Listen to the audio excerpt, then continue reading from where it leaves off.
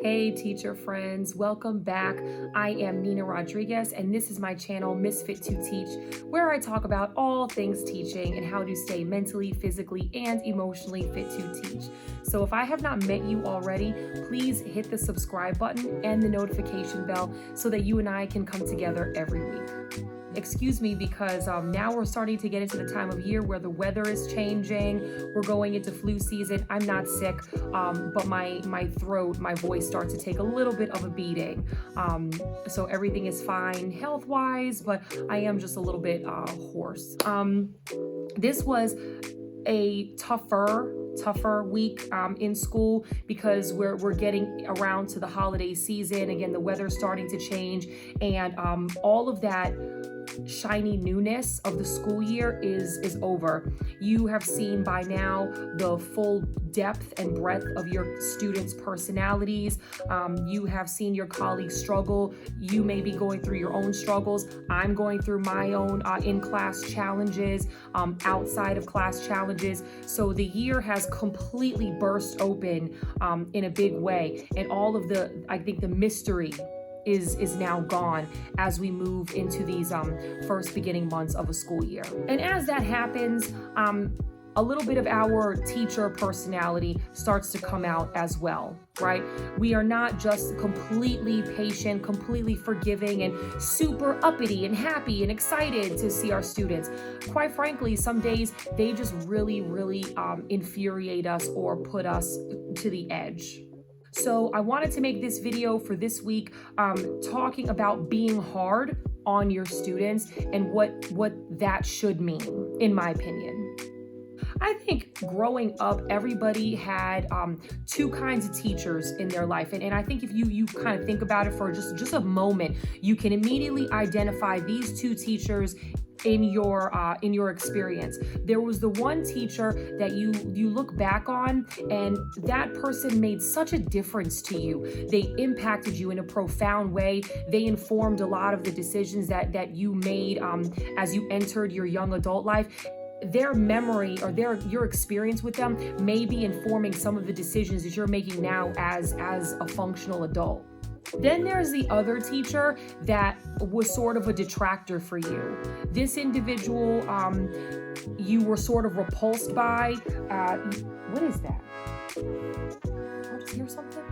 This individual you were sort of repulsed by. You two didn't gravitate very well to each other. You have one or two negative experiences with this person, and you may have had to do some extra work in your young adult life to put them out of your mind.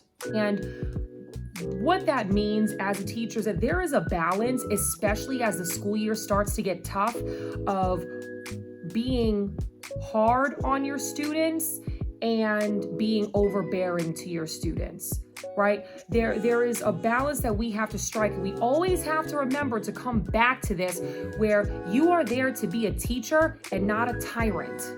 And I just think sometimes when these kids push us to the edge of our patience, they push us to the end of our resources and our creativity, and we get exhausted midweek, and it's still early on in the year, we just become a little more of an ogre than what we desire to be. And it's, apart from that giving the student a bad experience, it also doesn't leave us feeling very good about ourselves.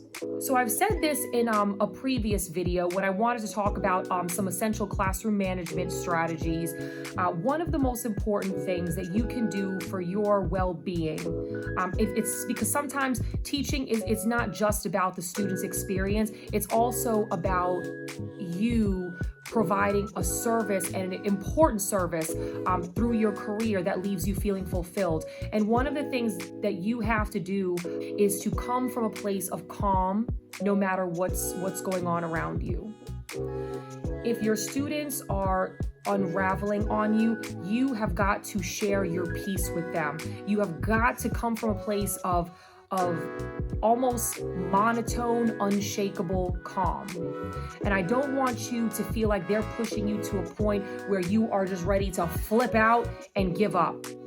Because we hear some of the worst horror stories in teaching that come from those teachers who have just been broken by the system and have lost it. But there's another side to teaching that we also need to embrace, that I think here in this new culture of picking on teachers and criticizing every single thing that they do. It's okay to be hard on your students, and we need to not lose sight of that either. In my mind, what being hard on a student means is applying the necessary pressure in the right amounts for each given student in order for them to develop into their best.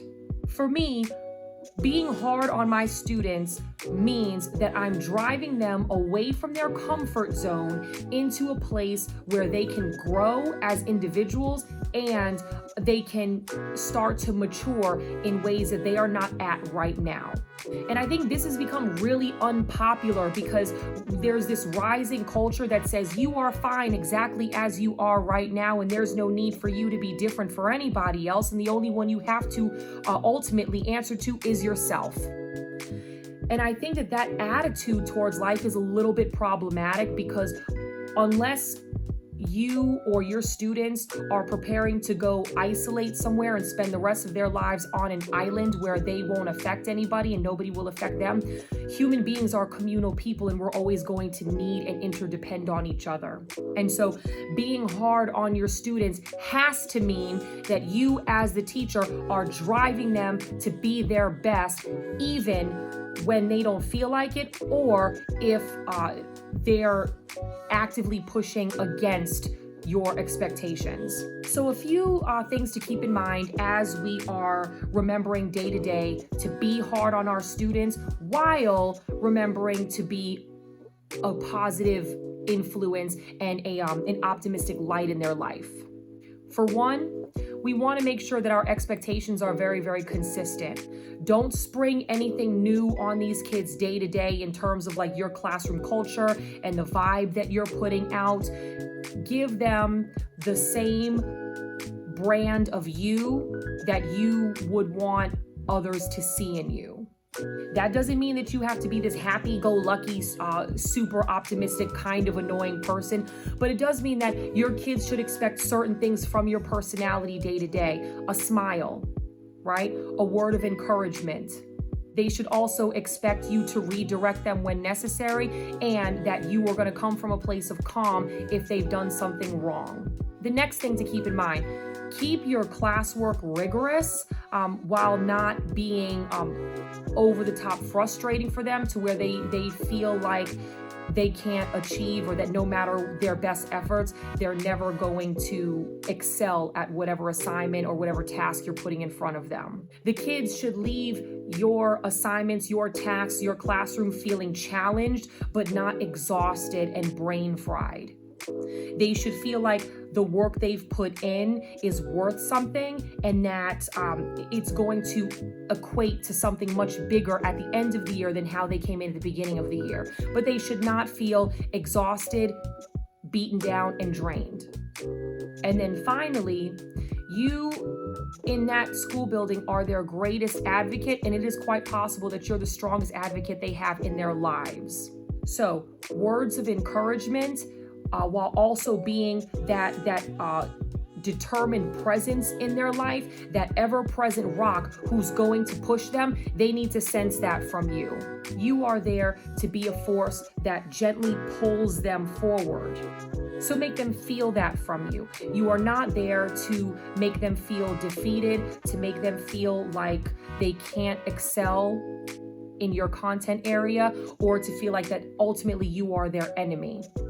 If you too are also feeling the pressure from this culture that says, stop pushing kids, stop having expectations of them, go easy on them, then I absolutely understand where you may be frustrated with that. I'm dealing with some of the same things myself. Remember, there is nothing wrong with having expectations of the kids that you are put in charge of nurturing, and there's nothing wrong with pushing them to do better and to be better, as long as you're coming from a place of genuine love and concern for that child's growth and well-being, and not coming from a place of being a tyrant who's there to defeat them. So that's it. Just a couple of things that have been on my mind this week, because as I said, it was a bit more of a challenging week. Leave a comment below about how you're doing thus far in the school year with everything, how you are being hard on your students without being overbearing to your students, and I can't wait to hear from you. Until next week, do all that you can to stay fit to teach. Be well.